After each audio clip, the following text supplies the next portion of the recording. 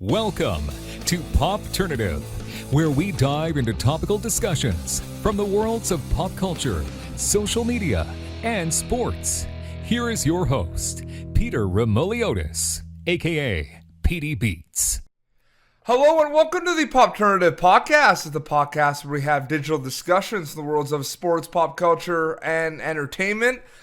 Pretty excited to be joined by a quarterback in the CFL, Canadian Football League. We're with Ottawa Redblacks quarterback Trevor Harris. Trevor, welcome to Popternative. How you guys doing? I'm glad to be on. Well, we're glad to have you on. It just seems like since your arrival in Ottawa, it's just been crazy, like nonstop. How have you liked playing in Ottawa, and when did you kind of decide that you wanted to be a professional football player, like a quarterback? Well, since I've been in Ottawa, it has been crazy. It's been a lot of fun. It's been a lot of ups and downs in terms of, I came there and anticipating that it would be a year where I kind of sat behind Henry and learned for a year. And then kind of got thrusted into the position. And so I got to learn quite a bit. And this year was quite a learning experience as well, being a franchise quarterback for the first time. So it's been a blast. But in terms of when I wanted to be a pro football player, it was probably like when I got like late in my college career, because I just kind of wanted to – I didn't like football until I was in high school. And then somebody I thought was dumb enough to give me a scholarship to play. And so I ended up playing in college, and then – it kind of turned into a great thing in college, and fell in love with the game late in high school. And so it's just been a kind of a gradual process for me.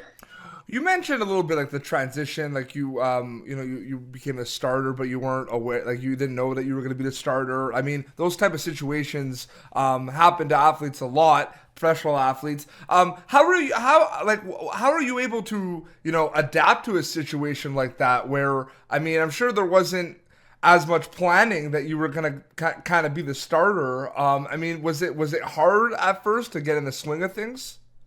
Yeah, and it was kind of uncharted waters because, it hadn't been a situation really that I can think of in the past where a guy was coming off of a season that I'd had where, most of the time there's spots open to be a franchise guy, to be a starter. And, it just became a really unique opportunity where they said, Henry's wanting to play one more year. We would love for you to be our long-term answer here. And I thought, I've learned from Ricky Ray. Why not go learn from Henry Burris and, make a decision for the longevity of my career as opposed to just a single year where I could have went to maybe a couple other places to just be the guy. But I firmly believe, God led me down the path to go to Ottawa. And, I really felt good about the decision. And it kind of hit me, and I kind of knew that's where I was supposed to be. And, I'm really glad I made the decision. And, here I am. With a lot of the success that the Redblacks have had in the past and being involved with pretty big events like hosting the Grey Cup this year, you just re-signed with the Redblacks. Congrats on that. Yeah, I appreciate it. Yeah. And, I mean, do you think now there's kind of like the organization has not been around for that long. I mean, it's only, I don't even think it's been, I think it's 5 years or a little less than that even. Yeah. Yeah, and it's a credit to our fan base. We've been around for 4 years now. 4 years, yeah. Yeah, 4 years, and this will be our 5th year coming up. And it's really a credit to our fan base. They've made it important. They've made Ottawa cool, and it's a credit to our ownership too. They've made Ottawa really hip and kind of appeal to the younger generation. And our fan base is a very young fan base. They're very involved. They're all very opinionated. On the games every single weekend. So, there's a lot of fun in that. And so, it's just a great place to be. I'm grateful that I got the opportunity to be there. And, it's been a great place for me to grow in this last season as a first full-year starter. And I just look forward to continuing to grow into a better leader and football player for that organization. Do you think there's always going to be like pressure when you put on an Ottawa Redblacks jersey because of the success that you've had and because, especially in the CFL, the Ottawa Redblacks are really in the public eye, like I said, hosting the Grey Cup. I mean, it's become very popular over the years. Social media is buzzing all the time. Redblacks Nation is strong on there. So do you find, because you're playing for a very passionate fan base that has quickly developed, and it hasn't even been 5 years. Yeah, and it's one of those deals where, you're always going to have pressure as a pro football player. Every single week you're vying for your job, and there's tens of thousands of people out there that are out there working their tails off every single week, every single off season to take your job. And so if you're not really digging your heels in and working and grinding every single day, then people are going to catch up to you. And not only that, if you're not currently progressing as a player and as a man, that's when they start to replace you.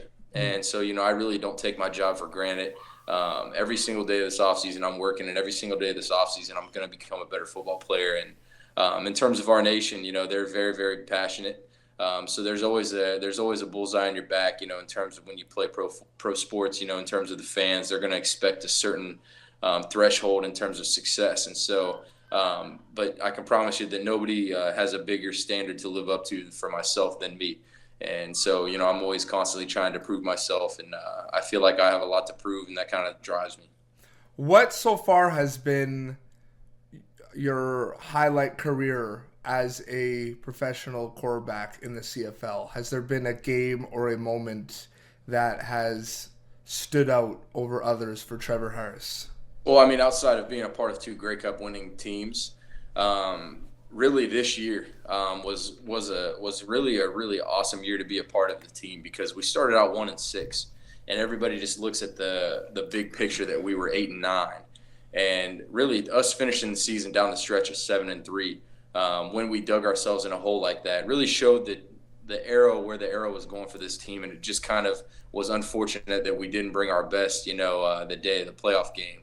But I think our arrow was pointing in the right direction, and I think our arrow is going to continue to point in the right direction. We're going to be arrow up next year, and I really feel good about our leadership and the organization as a whole. And so really being a part of the team down the stretch that we finished the season 3-0 against 3 tough opponents was some fun stuff.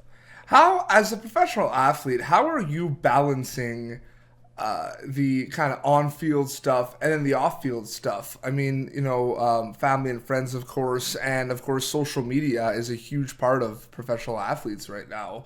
How have you been kind of balancing that? Because there's pressure situations, you have to be focused, but you have a family at home. The social media, all the fans are on there. I mean, yeah. Do you find it kind of hard to kind of balance and keep up with everything sometimes? Yeah, and sometimes you've just got to prioritize, and you got to prioritize and execute. And and you do feel kind of bad, because you go on social media and you have a bunch of messages, and you want to get to all the fans, and you want to tell them thank you and how much you appreciate them, and make sure you get to everybody. But it is really difficult. But obviously my family is going to come first. And so when I come home and I shut my iPad down and my playbook down for the night, my attention's on my wife and kids. And then not only that, you have your own personal life where you want to do your own thing, where you want to watch football, you want to read books, you want to, go do things that are fun. And so during the season, it gets pretty hectic, but at the same time, it's a blast, because I'm living my childhood dream. And so for me to complain about not having enough time wouldn't be very fair.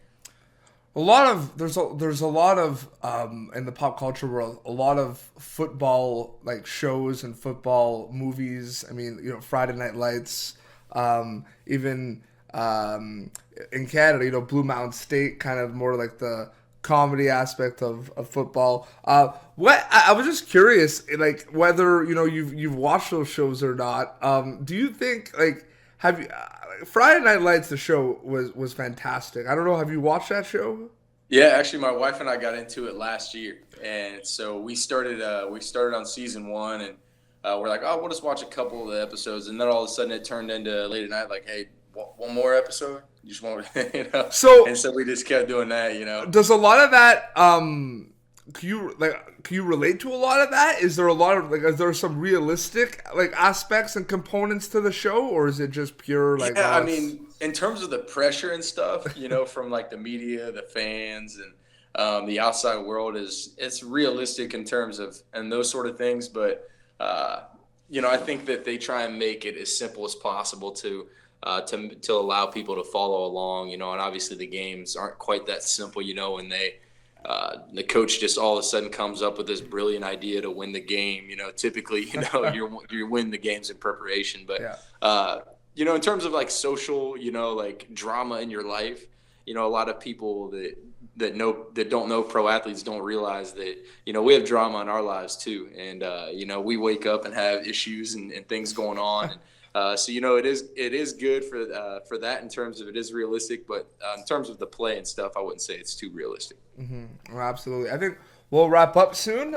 Just a couple quick questions too. What do you think some of the misconceptions of a quarterback are? Because a lot of people are like might think they know everything about what it's like to be in your shoes, because a lot of people are on social media. A lot of people have opinions, which is double-edged sword at times. I mean, are there some things about quarterbacks that like you see on social media, you talk to fans, and then you're just like, wow, like that's not what it's like, guys. Like it's completely opposite.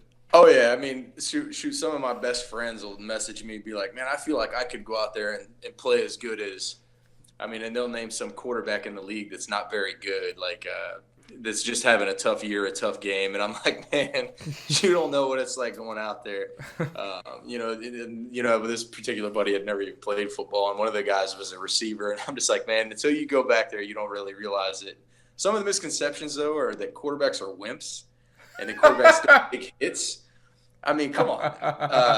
We take hits. We don't get to deliver hits. We take the hits, but everybody thinks we're fragile, and those sorts of things kind of irk me a little bit. But the older you get, the more you realize you don't like to take the hits. When you're younger, it doesn't really bother you. But there's certain misconceptions like that. You mentioned 2018 is going to be a big year for Trevor Harris. You want to make it a big year for Trevor Harris. More specifically, what can we expect from Trevor Harris in 2018?